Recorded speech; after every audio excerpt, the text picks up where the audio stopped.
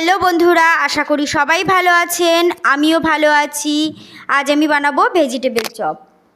প্রথমে আমি একটা ভাজা মশলা বানিয়ে নেব। তার জন্য নিয়ে নিয়েছি গোটা জিরে, গোটা ধনে, মৌরি ও কয়েকটা শুকনো লঙ্কা। একদম অল্প আছে, আমি এগুলোকে ভেজে নেব। হালকা করে ভেজে নেব। ভাজা হয়ে গেলে আমি এটাকে একটা জায়গায় নামিয়ে নিয়ে ঠান্ডা হতে দেব। ঠান্ডা হয়ে গেলে একটা মিক্সিং জারে নিয়ে এটাকে আমি গুঁড়ো করে নেব।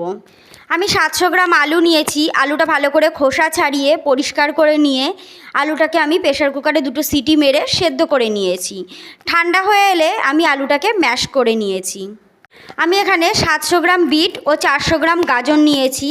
এগুলো খোসা ছাড়িয়ে ভালো করে পরিষ্কার করে নিয়ে গ্রেটারের সাহায্যে আমি বিট ও গাজরটাকে গ্রেট করে নেব। সব গাজর ও বিটটা গ্রেট করা হয়ে গেছে। এবার আমি কড়াইতে দিয়ে দেব সর্ষের তেল।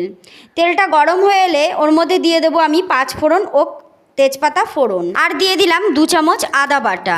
গ্যাসটা অল্প আঁচে রেখে আমি আদাটাকে 3 থেকে 4 মিনিট ভেজে নেব। এবার এর মধ্যে দিয়ে দেব আমি গ্রেট করে রাখা বিট ও গাজর, দিয়ে দেবো আমি কয়েকটা কাঁচা লঙ্কা ও 1 চামচ নুন দিয়ে আমি এটাকে ভালো করে মিশিয়ে নেব। নিয়ে ঢাকা দিয়ে আমি বিট ও গাজরটাকে সেদ্ধ হতে দেব। মাঝে মাঝে ঢাকাটা খুলে আমি বিট ও গাজরটাকে নাড়িয়ে নেব, যাতে কড়াইতে লেগে না যায়। বিট ও গাজরটা ভালো মতো সেদ্ধ হয়ে এলে এর মধ্যে দিয়ে দেবো আমি সেদ্ধ করে রাখা আলু। এবার দিয়ে দেবো আমি 1 চামচ নুন, 4 চামচ চিনি ও 3 চামচ ভাজা মশলা দিয়ে সব কিছু আমি ভালো করে মিশিয়ে নেব। অল্প আছে এটাকে আমি ভালো করে মেশাবো। সব কিছু ভালো মতো মিশিয়ে নিয়ে এর মধ্যে দিয়ে দেবো আমি কিছুটা বাদাম। বাদামটা আমি ভাজা বাদাম দিয়েছি বলে আমি ভেজে নিইনি। যদি কাঁচা বাদাম দেন আপনারা, তাহলে বাদামটা অবশ্যই ভেজে নেবেন। বাদামটা দেওয়ার পর আবার সব কিছু একসাথে ভালো করে মিশিয়ে নিলাম। এবার পুরটা রেডি হয়ে গেছে। পুরটা নামিয়ে এবার আমি ঠান্ডা হতে দেব।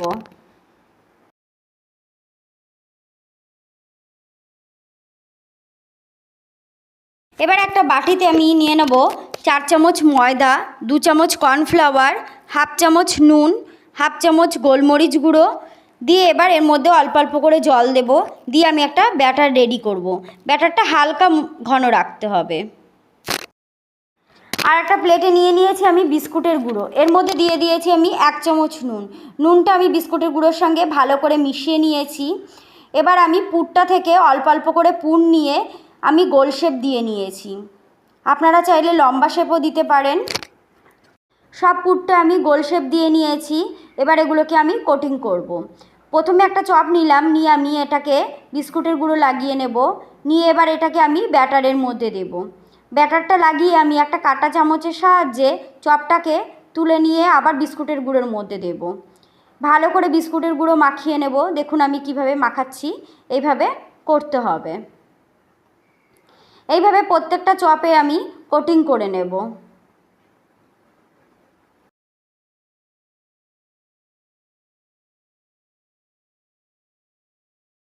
আমি সব চপগুলোতে কোটিং করে নিয়েছি।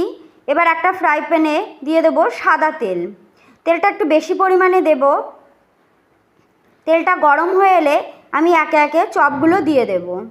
দিয়ে আমি মিডিয়াম আঁচে চপগুলোকে ভাজবো।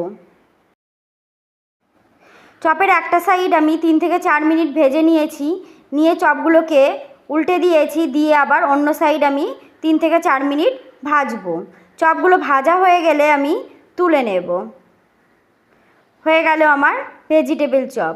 ভিডিওটি কেমন লাগলো একটা কমেন্ট করে জানাবেন। যদি ভালো লাগে একটা শেয়ার করে দেবেন। ভিডিওটি দেখার জন্য অসংখ্য ধন্যবাদ।